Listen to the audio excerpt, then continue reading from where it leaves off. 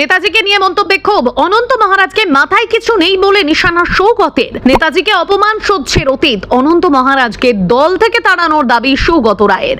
পাগড়ি থেকে নেতাজি অনন্ত মহারাজকে নিয়ে বিস্ফোরক সৌগত, ওনার মাথায় কিছু নেই, বিজেপি ওকে দল থেকে বের করে দিক। নেতাজি বিতর্কে অনন্ত মহারাজকে কড়া বার্তা সৌগতের। নেতাজি সুভাষচন্দ্র বসুকে নিয়ে বিজেপির রাজ্যসভার সাংসদ অনন্ত মহারাজের মন্তব্য ঘিরে রাজনৈতিক বিতর্ক ক্রমশ তীব্র হচ্ছে। দেশনায়ককে নিয়ে তার মন্তব্যের প্রতিবাদে ইতিমধ্যেই সরব হয়েছে বিভিন্ন রাজনৈতিক দল। এবার সরাসরি অনন্ত মহারাজকে নিশানা করলেন তৃণমূল সাংসদ সৌগত রায়।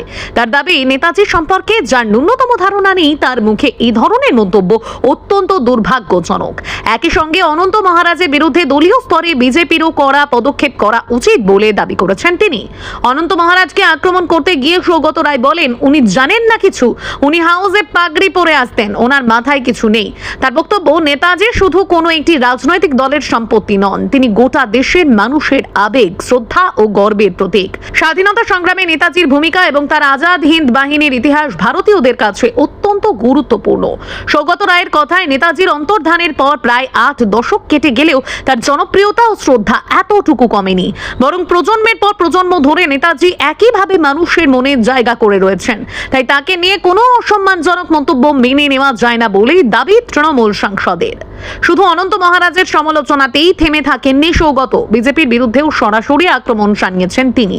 তার দাবি, বিজেপি যদি সত্যি নেতাজিকে সম্মান করে তাহলে দলের সাংসদদের মন্তব্যের বিরুদ্ধে সাংগঠনিকভাবে ব্যবস্থা নেওয়া উচিত।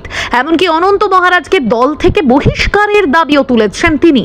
সৌগত বলেন, আমরা চাইবো যে অনন্ত মহারাজের বিরুদ্ধে বিজেপি পদক্ষেপ নিক, ওকে ওদের পার্টি থেকে বের করে দিক। নেতাজিকে ঘিরে বিতর্কের আবহে রাজ্য সরকার ইতিমধ্যেই অনন্ত মহারাজকে দেওয়া বঙ্গবিভূষণ সম্মান প্রত্যাহারের সিদ্ধান্ত নিয়েছে বলে সামনে এসেছে। মুখ্যমন্ত্রীর তরফেও এই ধরনের মন্তব্যের বিরুদ্ধে কড়া অবস্থান নেওয়ার বার্তা দেওয়া হয়েছে। তবে এরপরেও অনন্ত মহারাজ নিজের অবস্থান থেকে সরে আসেননি বলে অভিযোগ, ফলে তার বিরুদ্ধে আরো কঠোর পদক্ষেপের দাবি জোরালো হচ্ছে। এই পরিস্থিতিতে বিজেপির অন্দরেও বিতর্ক তৈরি হয়েছে। দলের প্রাক্তন রাজ্য সভাপতি তথাগত রায়ও অনন্ত মহারাজের বিরুদ্ধে সরব হয়েছেন বলে দাবি উঠেছে। দলের একজন সাংসদের বক্তব্যকে কেন্দ্র করে বিজেপির অবস্থান কি হয় সেদিকেও এখন নজর রাজনৈতিক মহলের।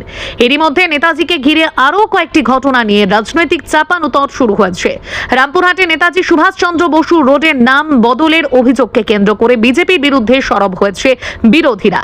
অন্যদিকে কলকাতার নিউ আলিপুরে নেতাজির একটি মূর্তি ভাঙার অভিযোগও সামনে এসেছে। 81 নম্বর ওয়ার্ডে থাকা ওই মূর্তির ডান হাত ভাঙা অবস্থায় পাওয়া যায় বলে অভিযোগ।